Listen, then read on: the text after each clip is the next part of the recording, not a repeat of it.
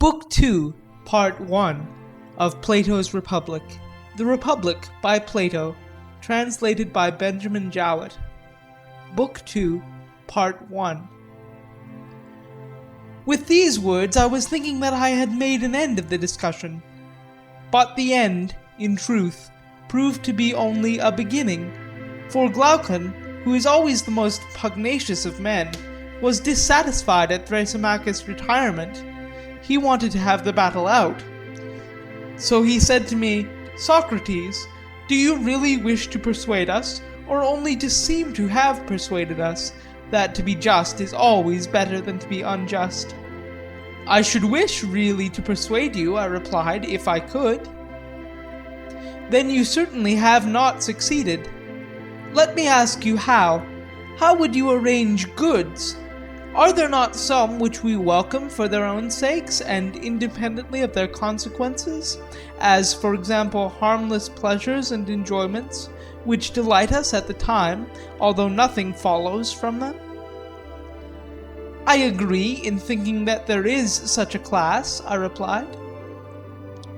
"Is there not only a second class of goods, such as knowledge, sight, health, which are desirable not only in themselves, but also for their results?" "Certainly," I said. "And would you not recognize a third class, such as gymnastic, and the care of the sick, and the physician's art, also the various ways of money-making?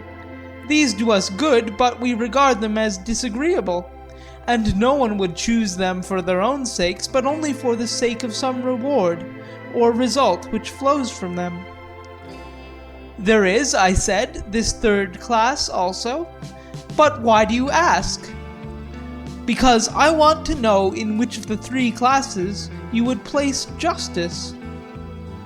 "In the highest class," I replied, "among those goods which he who would be happy desires both for their own sake and for the sake of their results." "Then the many are of another mind. They think that justice is to be reckoned in the troublesome class, among goods which are to be pursued for the sake of rewards and of reputation, but in themselves are disagreeable and rather to be avoided." "I know," I said, "that this is their manner of thinking, and that this was the thesis Thrasymachus was maintaining just now when he censured justice and praised injustice, but I am too stupid to be convinced by him." "I wish," he said, "that you would hear me as well as him, and then I shall see whether you and I agree. For Thrasymachus seems to me, like a snake, to have been charmed by your voice sooner than he ought to have been. But to my mind the nature of justice and injustice have not yet been made clear.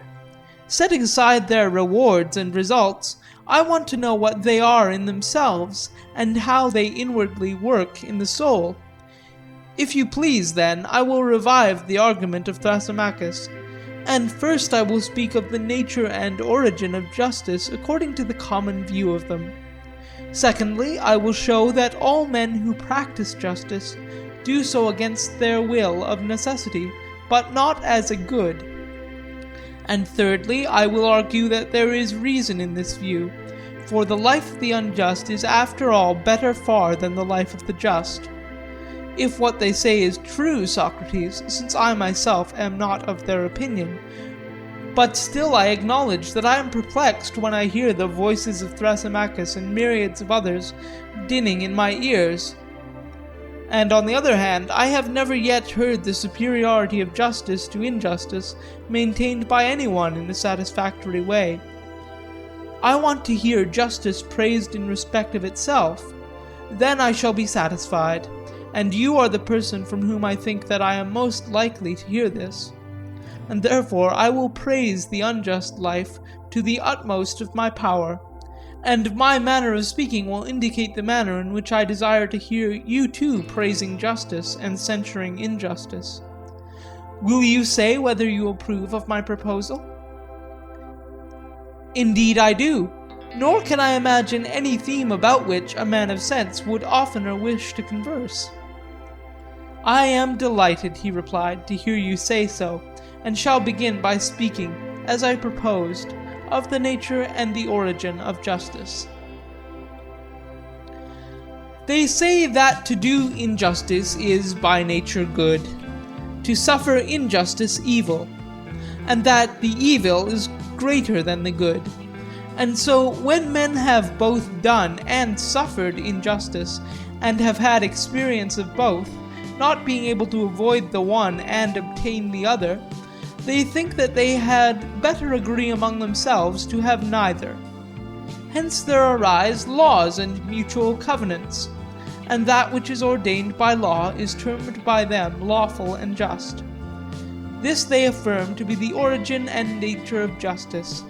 It is a mean or compromise between the best of all, which is to do injustice and not be punished, and the worst of all, which is to suffer injustice without the power of retaliation.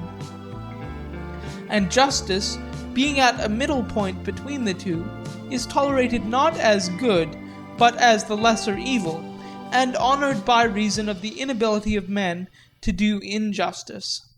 For no man who is worthy to be called a man would ever submit to such an agreement if he were able to resist.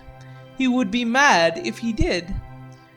Such is the received account, Socrates, of the nature and origin of justice. Now, that those who practice justice do so involuntarily and because they have not the power to be unjust, will best appear if we imagine something of this kind. Having given both to the just and the unjust power to do what they will, let us watch and see whither desire will lead them. Then we shall discover in the very act the just and unjust man to be proceeding along the same road, following their interest, which all natures deem to be their good, and are only diverted into the path of justice by the force of law. The liberty which we are supposing may be most completely given to them in the form of such a power as is said to have been possessed by Gyges, the ancestor of Croesus the Lydian. According to the tradition, Gyges was a shepherd in the service of the king of Lydia. There was a great storm, and an earthquake made an opening in the earth at the place where he was feeding his flock. Amazed at the sight, he descended into the opening, where, among other marvels, he beheld a hollow brazen horse, having doors, at which he, stooping and looking in, saw a dead body of stature, as it appeared to him, more than human, and having nothing on but a gold ring. This he took from the finger of the dead, and reascended. Now the shepherds met together according to custom, that they might send their monthly report about the flocks to the king. Into their assembly he came, having the ring on his finger, and as he was sitting among them, he chanced to turn the collet of the ring inside his hand, when instantly he became invisible to the rest of the company, and they began to speak of him as if he were no longer present. He was astonished at this, and again touching the ring, he turned the collet outwards and reappeared. He made several trials of the ring, and always with the same result. When he turned the collet inwards, he became invisible. When outwards, he reappeared. Whereupon he contrived to be chosen one of the messengers who were sent to the court. Whereas soon as he arrived, he seduced the queen, and with her help conspired against the king and slew him, and took the kingdom. Suppose now that there were two such magic rings, and the just put on one of them, and the unjust the other. No man can be imagined to be of such an iron nature that he would stand fast in justice. No man would keep his hands off what was not his own, when he could safely take what he liked out of the market, or go into houses and lie with any one at his pleasure, or kill or release from prison whom he would, and in all respects be like a god among men. Then the actions of the just would be as the actions of the unjust. They would both come at last to the same point, and we may truly affirm to be a great proof that a man is just, not willingly or because he thinks that justice is any good to him individually, but of necessity. For wherever anyone thinks that he can safely be unjust, there he is unjust. For all men believe in their hearts that injustice is far more profitable to the individual than justice. And he who argues as I have been supposing will say they are right. If you could imagine anyone obtaining this power to become invisible and never doing any wrong or touching what was another's, he would be thought by the lookers-on to be a most wretched idiot, although they would praise him to one another's faces, and keep up appearances with one another from a fear that they too might suffer injustice. Enough of this. Now, if we are to form a real judgment of the life of the just and unjust, we must isolate them. There is no other way. And how is the isolation to be effected? I answer, let the unjust man be entirely unjust, and the just man entirely just. Nothing is to be taken away from either of them, and both are to be perfectly furnished for the work of their respective lives. First, let the unjust be like other distinguished masters of craft, like the skillful pilot or physician, who knows intuitively his own powers and keeps within their limits, and who, if he fails at any point, is able to recover himself. So let the unjust make his unjust attempts in the right way, and lie hidden if he means to be great in his injustice. He who is found out is nobody. For the highest reach of injustice is to be deemed just when you are not. Therefore I say that in the perfectly unjust man we must assume the most perfect injustice. There is to be no deduction, but we must allow him, while doing the most unjust acts, to have acquired the greatest reputation for justice. If he have taken a false step, he must be able to recover himself. He must be one who can speak with effect, if any of his deeds come to light, and who can force his way where force is required by his courage and strength, and command of money and friends. And at his side let us place the just man in his nobleness and simplicity, wishing, as Aeschylus says, to be and not to seem good. There must be no seeming, for if he seem to be just, he will be honoured and rewarded, and then we shall not know whether he is just for the sake of justice, or for the sake of honours and rewards. Therefore let him be clothed in justice only, and have no other covering, and he must be imagined in a state of life the opposite of the former. Let him be the best of men, and let him be thought the worst. Then he will have been put to the proof, and we shall see whether he will be affected by the fear of infamy and its consequences. And let him continue thus to the hour of death, being just and seeming to be unjust. When both have reached the uttermost extreme, the one of justice and the other of injustice, let judgment be given which of them is the happier of the two. Heavens, my dear Glaucon, I said, how energetically you polished them up for the decision, first one and then the other, as if they were two statues. I do my best, he said. And now that we know what they are like, there is no difficulty in tracing out the sort of life which awaits either of them. This I will proceed to describe, but as you may think the description a little too coarse, I ask you to suppose, Socrates, that the words which follow are not mine. Let me put them into the mouths of the eulogists of injustice. They will tell you that the just man who is thought unjust will be scourged, racked, bound, will have his eyes burnt out, and, at last, after suffering every kind of evil, he will be impaled. Then he will understand that he ought to seem only, and not to be, just, for the words of Aeschylus may be more truly spoken of the unjust than of the just. For the unjust is pursuing a reality. He does not live with a view to appearances, he only wants to be really unjust and not to seem only. His mind has a soil deep and fertile, out of which spring his prudent counsels. In the first place, he is thought just, and therefore bears rule in the city.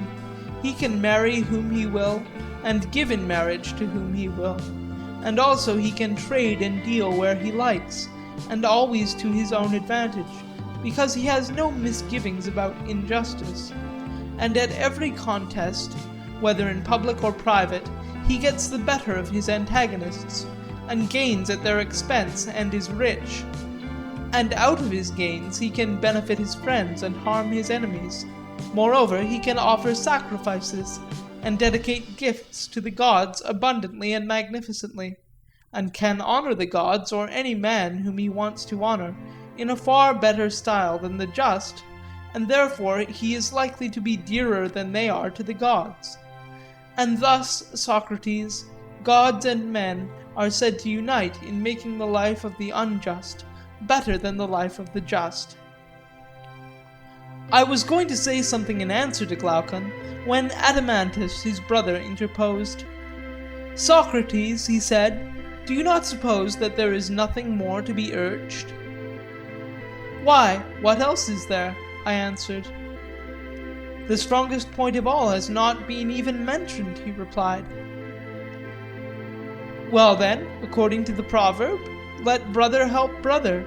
If he fails in any part, do you assist him? Although I must confess that Glaucon has already said quite enough to lay me in the dust and take from me the power of helping justice. Nonsense, he replied, but let me add something more. There is another side to Glaucon's argument about the praise and censure of justice and injustice, which is equally required in order to bring out what I believe to be his meaning. Parents and tutors are always telling their sons and their wards that they are to be just. But why? Not for the sake of justice, but for the sake of character and reputation, in the hope of obtaining for him who is reputed just some of those offices, marriages, and the like which Glaucon has enumerated among the advantages accruing to the unjust from the reputation of justice. More, however, is made of appearances by this class of persons than by the others, for they throw in the good opinion of the gods, and will tell you of a shower of benefits which the heavens, as they say, rain upon the pious. And this accords with the testimony of the noble Hesiod and Homer, the first of whom says that the gods make the oaks of the just to bear acorns at their summit and bees in the middle, and the sheep are bowed down with the weight of their fleeces. And many other blessings of a like kind are provided for them. And Homer has a very similar strain, for he speaks of one whose fame is as the fame of some blameless king who like a god maintains justice, to whom the black earth brings forth wheat and barley, whose trees are bowed with fruit, and his sheep never to fail, and the sea gives him fish. Still grander are the gifts of heaven which Musaeus and his son vouchsafe to the just. They take them down into the world below, where they have the saints lying on couches at a feast, everlastingly drunk, crowned with garlands. Their idea seems to be that an immortality of drunkenness is the highest meed of virtue. Some extend their rewards yet further. The posterity, as they say, of the faithful and just shall survive to the third and fourth generation. This is the style in which they praise justice. But about the wicked there is another strain. They bury them in a slough in Hades, and make them carry water in a sieve. Also, while they are yet living, they bring them to infamy, and inflict upon them the punishments which Glaucon described as the portion of the just, who are reputed to be unjust. Nothing else does their invention supply. Such is their manner of praising the one and censuring the other. Once more, Socrates, I will ask you to consider another way of speaking about justice and injustice, which is not confined to the poets, but is found in prose writers. The universal voice of mankind is always declaring that justice and virtue are honorable, but grievous and toilsome, and that the pleasures of vice and injustice are easy of attainment, and are only censured by law and opinion. They say also that honesty is for the most part less profitable than dishonesty, And they are quite ready to call wicked men happy, and to honor them both in public and private when they are rich, or in any other way influential, while they despise and overlook those who may be weak and poor, even though acknowledging them to be better than the others. But most extraordinary of all is their mode of speaking about virtue and the gods. They say that the gods apportion calamity and misery to many good men, and good and happiness to the wicked. And the mendicant prophets go to rich men's doors and persuade them that they have a power committed to them by the gods of making an atonement for a man's own or his ancestors' sins by sacrifices and charms, with rejoicings and feasts.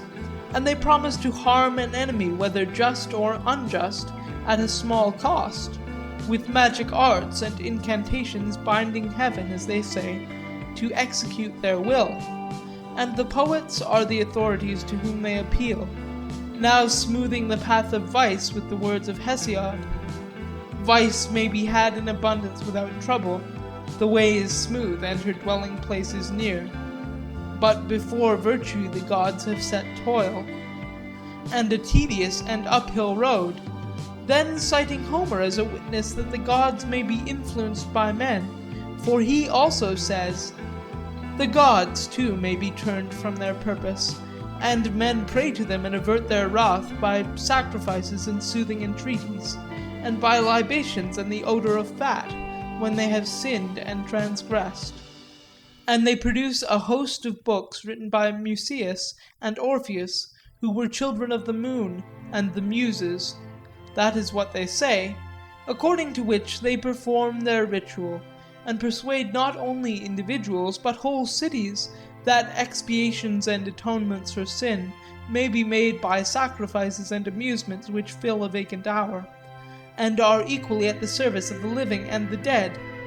The latter sort they call mysteries, and they redeem us from the pains of hell, but if we neglect them, no one knows what awaits us. He proceeded, and now, when the young hear all this said about virtue and vice, and the way in which gods and men regard them, how are their minds likely to be affected, my dear Socrates? Those of them, I mean, who are quick-witted and like bees on the wing light on every flower, and from all that they hear are prone to draw conclusions as to what manner of persons they should be, and in what way they should walk if they make the best of life. Probably the youth will say to himself in the words of Pindar, can I by justice or by crooked ways of deceit ascend a loftier tower which may be a fortress to me all my days? For what men say is that, if I am really just and am not also thought just, profit there is none, but the pain and loss, on the other hand, are unmistakable. But if, though unjust, I acquire the reputation of justice, a heavenly life is promised to me. Since then, as philosophers prove, appearance tyrannizes over truth, and is lord of happiness, to appearance I must devote myself. I will describe around me a picture and shadow of virtue, to be the vestibule and exterior of my house. Behind I will trail the subtle and crafty fox, as Archilochus, greatest of sages, recommends. But I hear someone exclaiming that the concealment of wickedness is often difficult, to which I answer, nothing great is easy. Nevertheless, the argument indicates this, if we would be happy, to be the path along which we should proceed. With a view to concealment, we will establish secret brotherhoods and political clubs, and there are professors of rhetoric who teach the art of persuading courts and assemblies, and so, partly by persuasion and partly by force, I shall make unlawful gains and not be punished. Still I hear a voice saying that the gods cannot be deceived, neither can they be compelled. But what if there are no gods? Or suppose them to have no care of human things? Why in either case should we mind about concealment? And even if there are gods and they do care about us, yet we know of them only from tradition and the genealogies of the poets. and these are the very persons who say they may be influenced and turned by sacrifices and soothing entreaties and by offerings. Let us be consistent then, and believe both or neither. If the poets speak truly, why then we had better be unjust, and offer of the fruits of injustice. For if we are just, although we may escape the vengeance of heaven, we shall lose the gains of injustice. But if we are unjust, we shall keep the gains, and by our sinning and praying and sinning, the gods will be propitiated, and we shall not be punished. But there is a world below in which either we or our posterity must suffer for our unjust deeds. Yes, my friend, will be the reflection, but there are mysteries and atoning deities, and these have great power. That is what mighty cities declare, and the children of the gods, who were their poets and prophets, bear a like testimony. On what principle, then, shall we any longer choose justice rather than the worst injustice? When, if we only unite the latter with a deceitful regard to appearances, we shall fare to our mind both with gods and men, in life and after death, as the most numerous and the highest authorities tell us. Knowing all this, Socrates, how can a man who has any superiority of mind or person or rank or wealth be willing to honor justice, or indeed to refrain from laughing when he hears justice praised? And even if there should be someone who is able to disprove the truth of my words, and who is satisfied that justice is best, still he is not angry with the unjust, but is very ready to forgive them, because he also knows that men are not just of their own free will, unless, peradventure, there be someone whom the divinity within him may have inspired with a hatred of injustice, or who has attained knowledge of the truth. But no other man. He only blames injustice who, owing to cowardice or age or some weakness, has not the power of being unjust.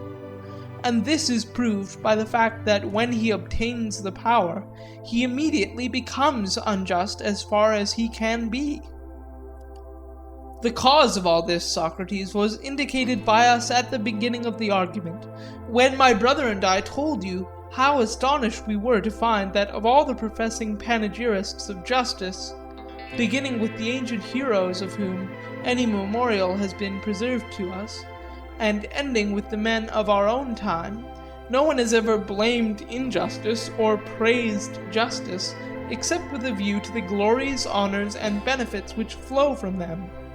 No one has ever adequately described, either in verse or prose, the true essential nature of either of them abiding in the soul, and invisible to any human or divine eye, or shown that of all the things of a man's soul which he has within him, justice is the greatest good, and injustice the greatest evil. Had this been the universal strain, had you sought to persuade us from this from our youth upwards, we should not have been on the watch to keep one another from doing wrong, but every one would have been his own watchman, because afraid, if he did wrong, of harboring in himself the greatest of evils. I dare say that Thrasymachus and others would seriously hold the language which I have been merely repeating, and words even stronger than these about justice and injustice, grossly, as I conceive, perverting their true nature. But I speak in this vehement manner, as I must frankly confess to you, because I want to hear from you the opposite side, and I would ask you to show not only the superiority which justice has over injustice, but what effect they have on the possessor of them, which makes the one to be a good and the other an evil to him. And please, as Glaucon requested of you, to exclude the reputations, for unless you take away from each of them his true reputation and add on the false, we shall say that you do not praise justice, but the appearance of it. We shall think that you are only exhorting us to keep injustice dark, and that you really agree with Thrasymachus in thinking that justice is another's good and the interest of the stronger, and that injustice is a man's own profit and interest, though injurious to the weaker. Now, as you have admitted that justice is one of the highest class of goods which are desired indeed for their results, but in a far greater degree for their own sakes, like sight or hearing or knowledge or health, or any other real and natural and not merely conventional good, I would ask you, in your praise of justice, to regard one point only. I mean the essential good and evil, which justice and injustice work in the possessors of them. Let others praise justice and censure injustice, magnifying the rewards and honours of the one and abusing the other. That is a manner of arguing which, coming from them, I am ready to tolerate, but from you, who have spent your whole life in the consideration of this question, unless I hear the contrary from your own lips, I expect something better. And therefore, I say, not only prove to us that justice is better than injustice, but show what they either of them do to the possessor of them, which makes the one to be a good, and the other an evil, whether seen or unseen by gods and men. Book 2, Part 3 of Plato's Republic. Where then is justice? And where is injustice? And in what part of the state did they spring up? Probably in the dealings of these citizens with one another. I cannot imagine that they are more likely to be found anywhere else. I dare say that you are right in your suggestion, I said. We had better think the matter out and not shrink from the enquiry. Let us consider, first of all, what will be their way of life, now that we have thus established them. Will they not produce corn, and wine, and clothes, and shoes, and build houses for themselves? And when they are housed, will they work in summer, commonly, stripped and barefoot, but in winter substantially clothed and shod? They will feed on barley meal and flour of wheat, baking and kneading them, making noble cakes and loaves. These they will serve up on a mat of reeds or of clean leaves, themselves reclining the while upon beds strewn with the yew or myrtle. And they and their children will feast, drinking of the wine which they have made, wearing garlands on their heads, and hymning the praise of the gods, in happy converse with one another. And they will take care that their families do not exceed their means, having an eye to poverty or war. But, said Glaucon, interposing, you have not given them a relish to their meal. True, I replied. I had forgotten. Of course they must have a relish, salt and olives and cheese, and they will boil roots and herbs such as country people prepare. For dessert we shall give them figs and peas and beans, and they will roast myrtle berries and acorns at the fire, drinking in moderation. And with such a diet they may be expected to live in peace and health to a good old age, and bequeath a similar life to their children after them. Yes, Socrates, he said, and if you were providing for a city of pigs, how else would you feed the beasts? But what would you have, Glaucon? I replied. Why, he said, you should give them the ordinary conveniences of life. People who are to be comfortable are accustomed to lie on sofas and dine off tables, and they should have sauces and sweets in the modern style. Yes, I said, now I understand. The question which you would have me consider is, not only how a state, but how a luxurious state is created. And possibly there is no harm in this, for in such a state we shall be more likely to see how justice and injustice originate. In my opinion, the true and healthy constitution of the state is the one which I have described. But if you wish to also see a state at fever heat, I have no objection. For I suspect that many will not be satisfied with the simpler way of life. They will be for adding sofas and tables and other furniture, also dainties and perfumes and incense and courtesans and cakes. All these not of one sort only, but in every variety. We must go beyond the necessities of which I was first speaking, such as houses and clothes and shoes. The arts of the painter and the embroiderer will have to be set in motion, and gold and ivory and all sorts of material must be procured. True, he said. Then we must enlarge our borders, for the original healthy state is no longer sufficient. Now will the city have to fill and swell with a multitude of callings which are not required by any natural want, such as the whole tribe of hunters and actors, of whom one large class have to do with forms and colors, another will be the votaries of music, poets, and their attendant train of rhapsodists, players, dancers, contractors, also makers of diverse kinds of articles, including women's dresses. And we shall want more servants.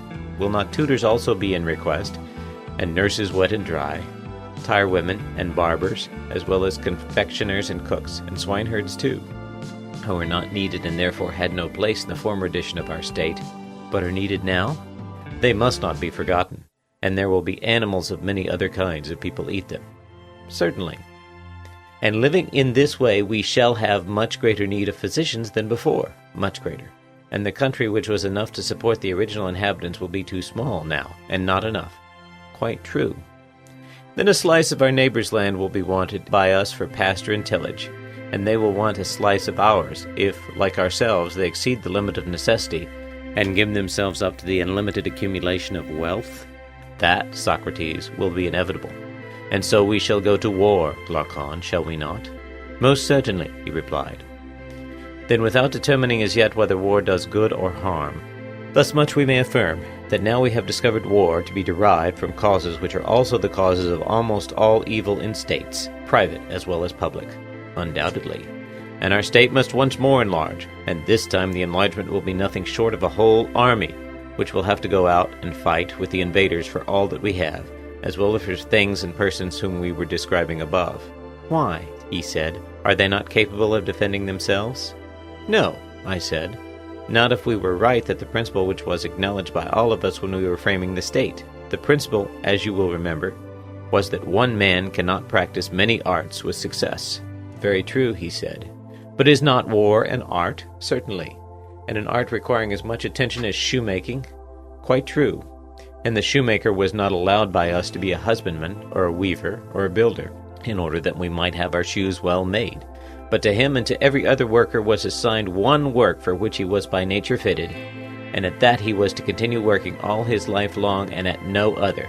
He was not to let opportunity slip, and then he would become a good workman. Now nothing can be more important than that the work of a soldier should be well done. But is war an art so easily acquired that a man may be a warrior who is also a husbandman, or shoemaker, or other artisan?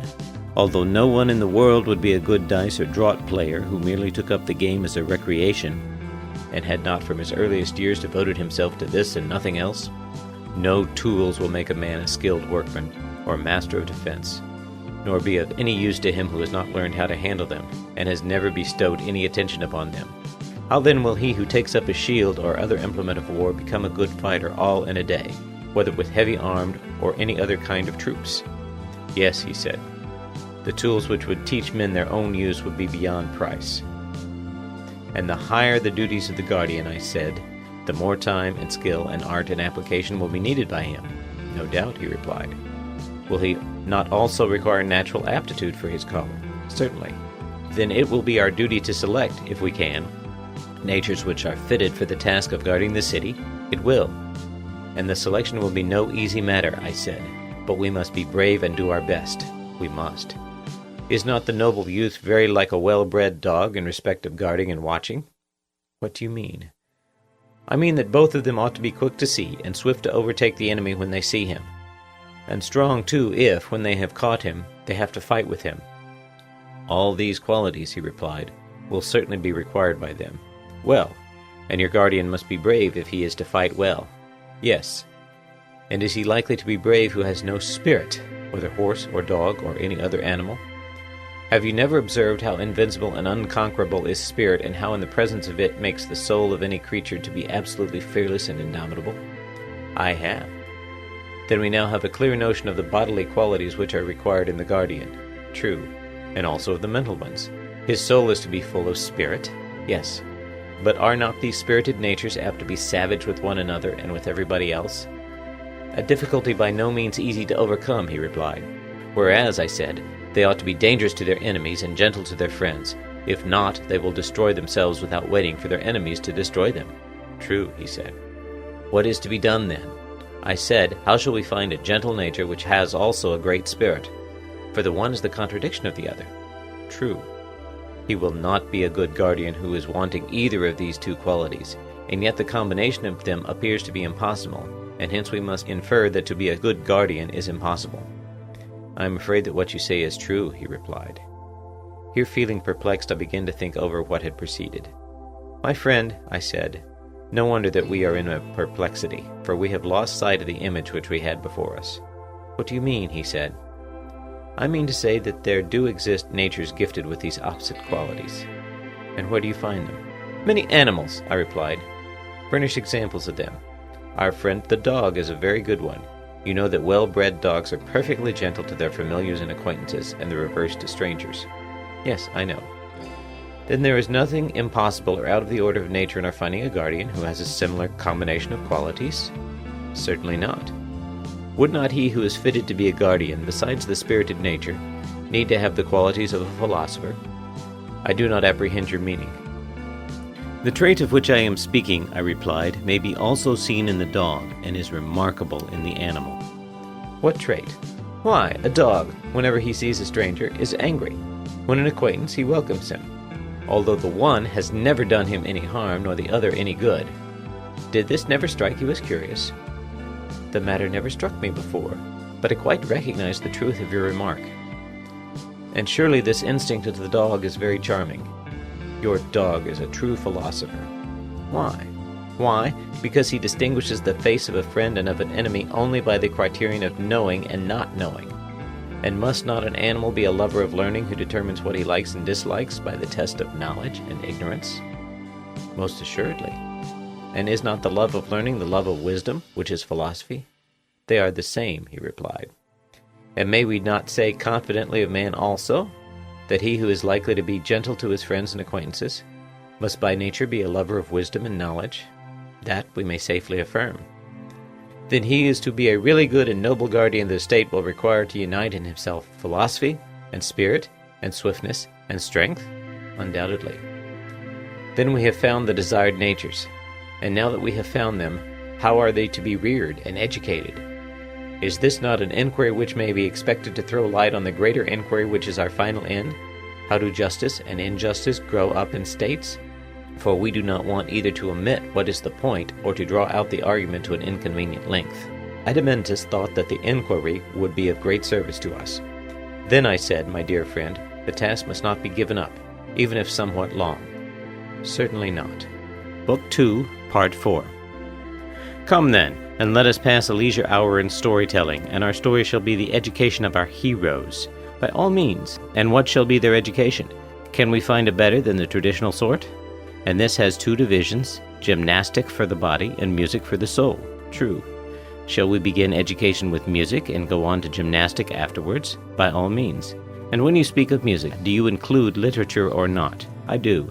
And literature may be either true or false. Yes. And the young shall be trained in both kinds, and we begin with the false? I do not understand your meaning, he said. You know, I said, that we begin by telling children stories which, though not wholly destitute of truth, are in the main fictitious, and these stories are told to them when they are not of age to learn gymnastics. Very true. That was my meaning when I said that we must teach music before gymnastics. Quite right, he said. You know also that the beginning is the most important part of any work, especially in the case of a young and tender thing. For that is the time at which character is being formed and the desired impression is more readily taken. Quite true.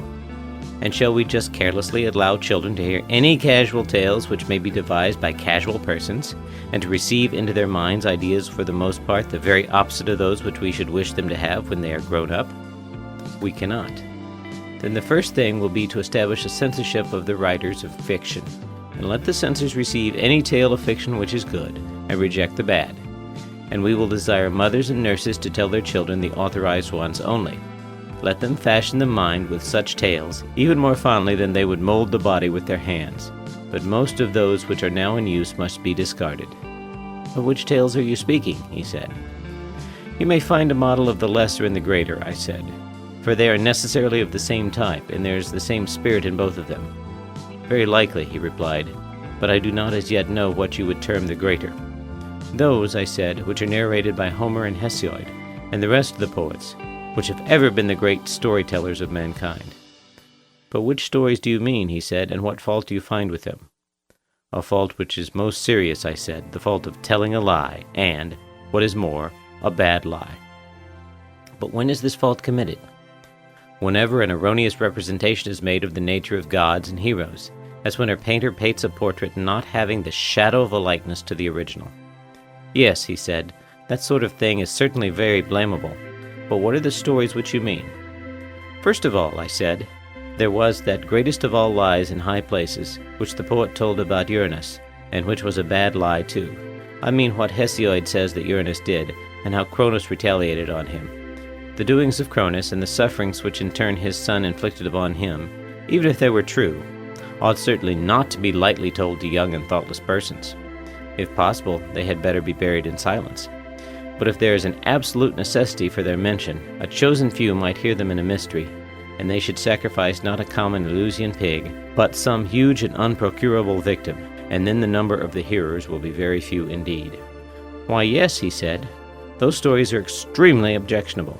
Yes, Adeimantus, they are stories not to be repeated in our state. The young man should not be told that in committing the worst of crimes he is far from doing anything outrageous, and that even if he chastises his father when he does wrong, in whatever manner, he will only be following the example of the first and greatest among the gods. I entirely agree with you, he said. In my opinion, those stories are quite unfit to be repeated. Neither, if we mean future guardians to regard the habit of quarreling among themselves as of all things the basest, should anything be said to them of the wars in heaven, and of the plots and fightings of the gods against one another, for they are not true. No, we shall never mention the battles of the giants, or let them be embroidered on garments, and we shall be silent about the innumerable other quarrels of gods and heroes with their friends and relatives. If they would only believe us, we would tell them that quarreling is unholy, and that never up to this time has there been any quarrel between citizens. This is what old men and old women should begin telling children, and when they grow up, the poets also should be told to compose for them in a similar spirit.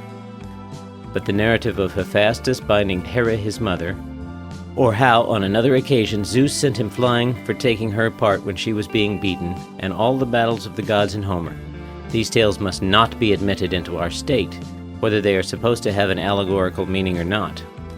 For a young person cannot judge what is allegorical and what is literal.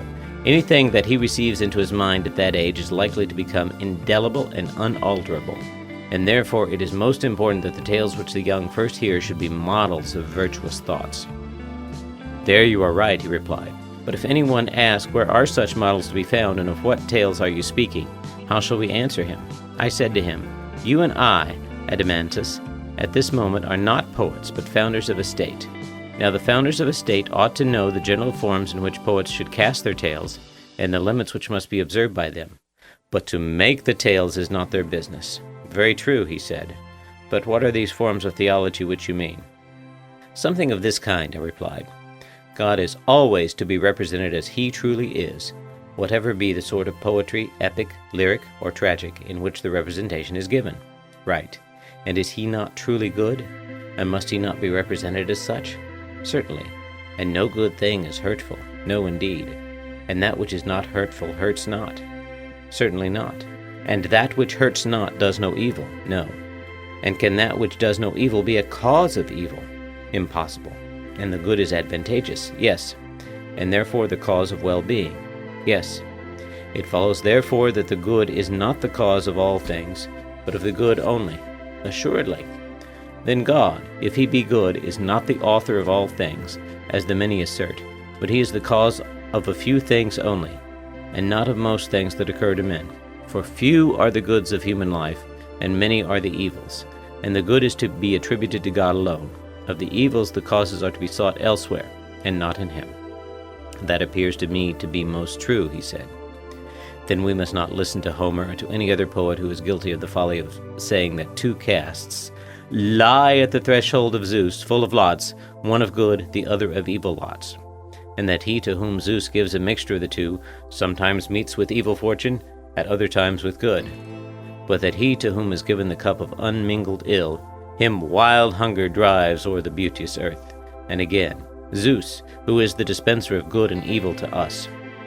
And if anyone asserts that the violation of oaths and treaties, which was really the work of Pandarus, was brought about by Athene and Zeus, or that the strife and contention of the gods was instigated by Themis and Zeus, he shall not have our approval. Neither will we allow our young men to hear the words of Aeschylus thus, God plants guilt among men when he desires utterly to destroy a house. And if a poet writes of the sufferings of Niobe, the subject of the tragedy in which these iambic verses occur, or of the house of Pelops, or of the Trojan War, or on any similar theme, either we must not permit him to say that these are the works of God, or if they are of God, he must devise some explanation of them such as we are seeking. He must say that God did what was just and right, and that they were the better for being punished. but that those who are punished are miserable, and that God is the author of their misery, the poet is not to be permitted to say, though he may say that the wicked are miserable because they require to be punished, and are benefited by receiving punishment from God. But that God, being good, is the author of evil to anyone is to be strenuously denied, and not to be said or sung or heard in verse or prose by anyone, whether old or young, in any well-ordered commonwealth. Such a fiction is suicidal, ruinous, impious. I agree with you, he replied, and am ready to give my assent to the law. Let this then be one of our rules and principles concerning the gods, to which our poets and reciters will be expected to conform, that God is not the author of all things, but of good only. That will do, he said. And what do you think of a second principle?